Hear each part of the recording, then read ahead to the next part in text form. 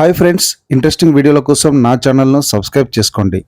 George కుట్టి మళ్ళీ వార్తల్లో నిలిచాడు. ఎంతో కాలంగా ఎదురు చూస్తున్న దృశ్యం 3 మన ముందుకు వచ్చింది. మోహన్ లాల్ నటించిన ఈ చిత్రం గత 2 భాగాల స్థాయిని అందుకుందా? జార్జ్ కుట్టి మైండ్ గేమ్ ఈసారి ఆడియన్స్ను మెప్పించిందా లేదా? ఈ వీడియోలో పూర్తి వివరాలు తెలుసుకుందాం. హలో మూవీ లవర్స్, ఒక సినిమా సక్సెస్ అంటే ఏంటో చూపించిన ఫ్రాంచైజ్ దృశ్యం. పార్ట్ 1 ఒక సెన్సేషన్, పార్ట్ 2 ఒక మాస్టర్ పీస్. మరి ఈ మూడో భాగం దృశ్యం 3 అంచనాలను అందుకుందా? జార్జ్ కుట్టి ఈసారి తన తెలివితేటలతో హ్యాట్రిక్ కొట్టాడా, లేక ఈసారి అంచనాలు మరీ ఎక్కువయ్యాయా? పదండి రివ్యూలోకి వెళ్ళిపోదాం. జార్జ్ కుట్టి ఇప్పుడు కేబుల్ ఆపరేటర్ కాదు, ఒక సినిమా నిర్మాత. సూపర్ స్టార్ అరుణ్ కుమార్తో తీసిన సినిమా బ్లాక్ బస్టర్ అవుతుంది. కానీ ఆ ఫేమ్తోనే జార్జ్ కుట్టి ఫ్యామిలీ మళ్ళీ ఇబ్బందులు పడుతుంది. వరుణ్ మరణం చుట్టూ మళ్ళీ పోలీసులు ఆరా, జర్నలిస్టుల నిఘా. ఈసారి కూడా జార్జ్ కుట్టిని ఎరుకున పెట్టడానికి చేతిలో కొత్త పాయింట్స్ దొరికాయి. మరి జార్జ్ కుట్టి తన తెలివైన ప్లాన్తో వారిని ఎలా దెబ్బకు అనేది మెయిన్ సినిమా.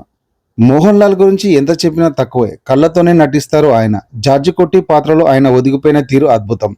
ముఖ్యంగా పోలీసులతో మాట్లాడేటప్పుడు ఆయన బాడీ లాంగ్వేజ్ పీక్స్లో ఉన్నాయి. ఎస్తర్ అనిల్ కామెడీ టైమింగ్ అక్కడక్కడ నవ్వులు పూయిస్తుంది.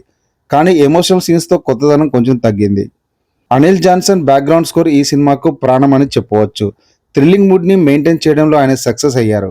కెమెరా వర్క్ చాలా బాగుంది, కానీ ఎడిటింగ్లో ఫస్ట్ హాఫ్ ఇంకాస్త ట్రిమ్ చేయాల్సి ఉంది. జీతూ జోసెఫ్ డైరెక్షన్ విషయానికి వస్తే స్క్రీన్ ప్లేలో మ్యాజిక్ కొంచెం మిస్ అయింది. ఈ సినిమా ప్లస్ పాయింట్స్ గురించి మాట్లాడుకున్నట్లయితే మోహన్ లాల్ గారి నటన ఈ సినిమాకు ఎంతో ప్లస్ అని చెప్పవచ్చు. సెకండ్ హాఫ్లోని కొన్ని కీలక సన్నివేశాలు, ఫ్రాంచైజీపై ఉన్న క్రేజ్ ఈ సినిమాకి ప్లస్ పాయింట్స్.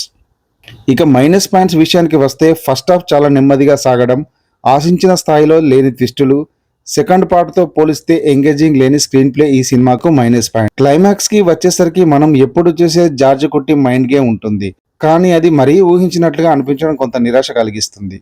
మీరు దృశ్యం ఫ్యాన్ అయితే జార్జ్ కుట్టిని చూడడానికి ఖచ్చితంగా వెళ్ళొచ్చు, కానీ మొదటి 2 భాగాలతో పోలిస్తే ఇది కొంచెం వీక్ అనిపిస్తుంది.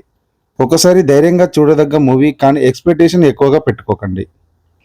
ఇది బాక్సాఫీస్ దగ్గర మోహన్ లాల్ గారి కేసుతో సేఫ్ అవ్వచ్చు, కానీ క్రిటిక్ పరంగా ఇది బిలో యావరేజ్గా మిగిలిపోయే ఛాన్స్ కూడా ఉంది. మరిన్ని మూవీ రివ్యూస్ కోసం మన ఛానల్ను ఇప్పుడే సబ్స్క్రైబ్ చేసుకోండి. జై హింద్.